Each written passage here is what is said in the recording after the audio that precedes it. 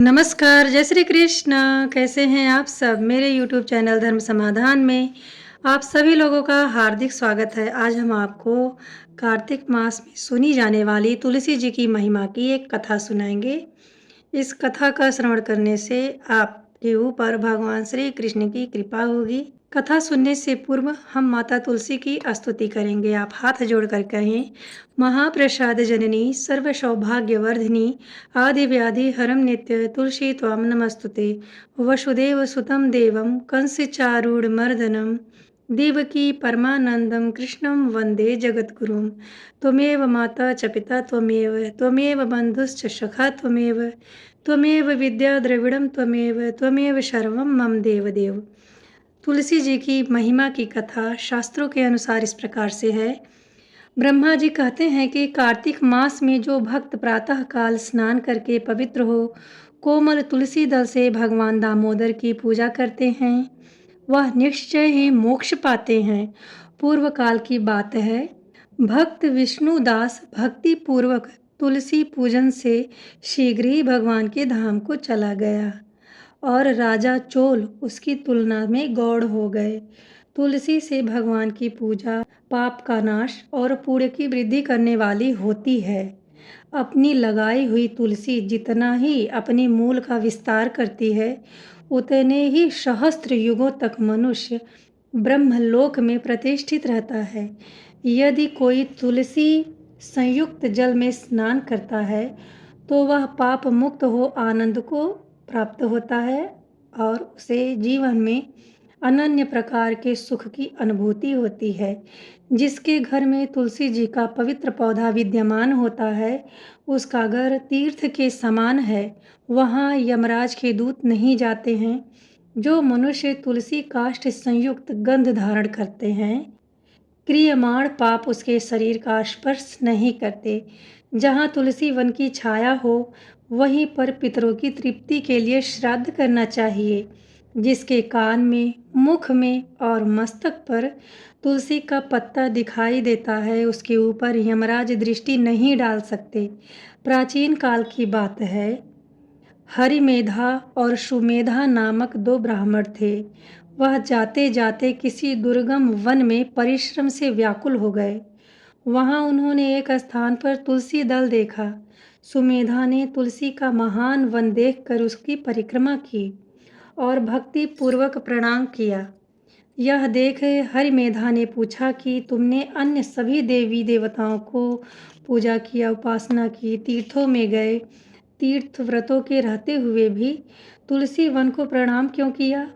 तब सुमेधा ने बताया कि प्राचीन काल में जब दुर्वासा के श्राप से इंद्र का ऐश्वर्य छिन गया था तब देवताओं और असुरों ने मिलकर समुद्र मंथन किया तो धन्वंतरी रूप भगवान श्री हरि और दिव्य औषधियाँ प्रकट हुईं।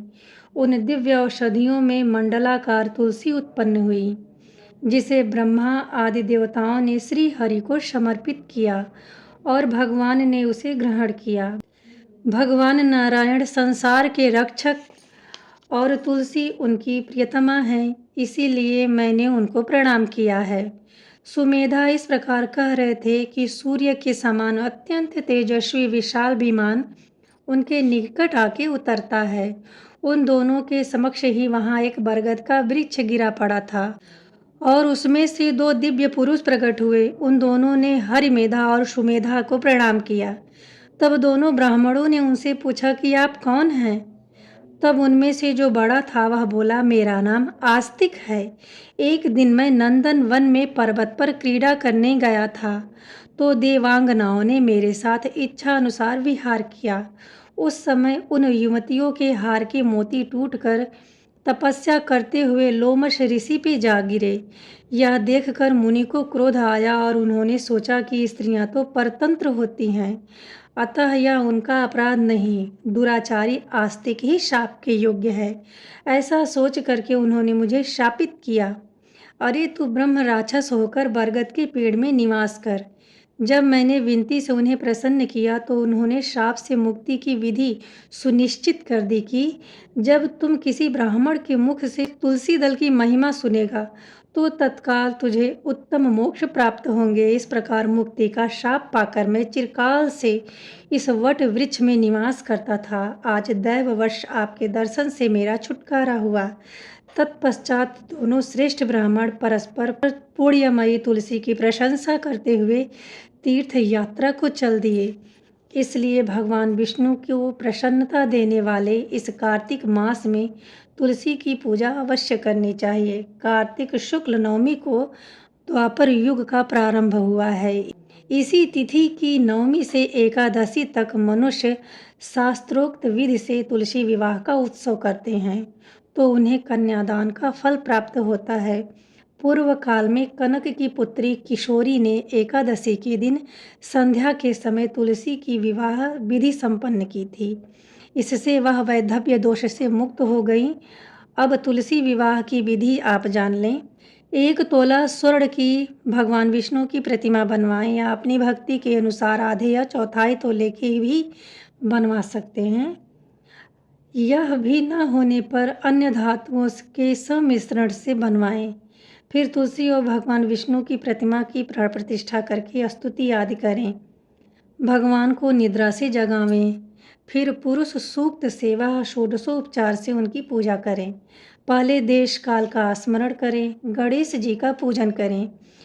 फिर पुण्याह वाचन करके वेद मंत्रों का उच्चारण करते हुए बाजे आदि की ध्वनि से भगवान विष्णु की प्रतिमा को तुलसी के निकट लाकर रख दें।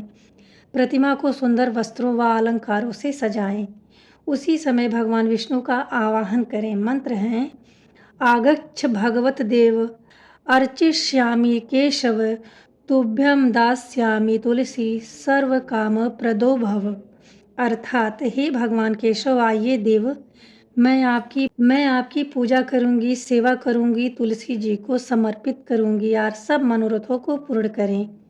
इस प्रकार आवाहन के बाद 3-3 बार अर्घ्य, पाद्य और विष्टर का उच्चारण करते हुए भी भगवान को समर्पित कर दें। तत्पश्चात कांसे के पात्र में दही, घी, शहद रख करके उसे कांसे के ढक्कन से ढक कर भगवान को अर्पण करते हुए इस प्रकार कहें: हे वासुदेव, आपको नमस्कार है, यह मधुपर्क ग्रहण कीजिए। तब दोनों को एक दूसरे के समक्ष रखकर मंगल पाठ करें। इस प्रकार गोधूली बेला में जब भगवान सूर्य कुछ कुछ ही दिखाई देते हैं, तब कन्यादान का संकल्प करें और भगवान से यह प्रार्थना करें: आदि मध्य और अंत से रहित त्रिभुवन प्रतिपालक परमेश्वर, इस तुलसी को आप विवाह की विधि से ग्रहण करें।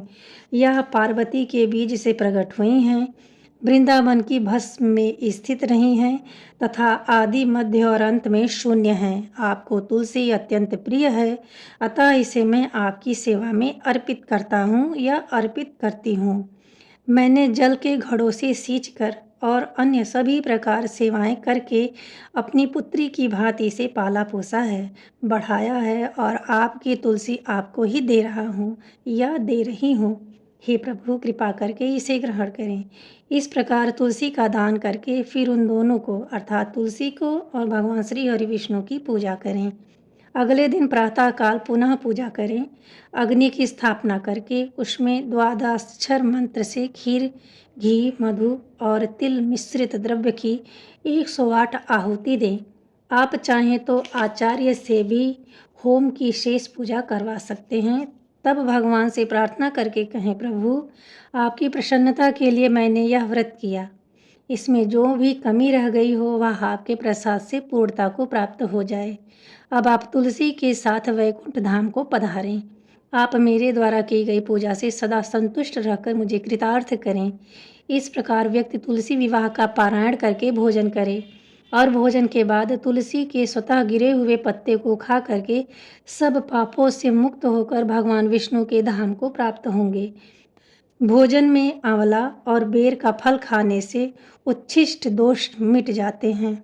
आज हमने आपको तुलसी की कथा जो कार्तिक मास में सुनी जाती है, सुनाने का प्रयत्न किया है। यदि इस दुर्लभ कथा को सुन के आप जरा सा भी कृतार्थ हुए हों तो कमेंट बॉक्स में जय श्री हरि विष्णु जरूर लिखें। मिलते हैं अगले वीडियो में ऐसी ही महत्वपूर्ण किसी कथा के साथ। तब तक के लिए नमस्ते।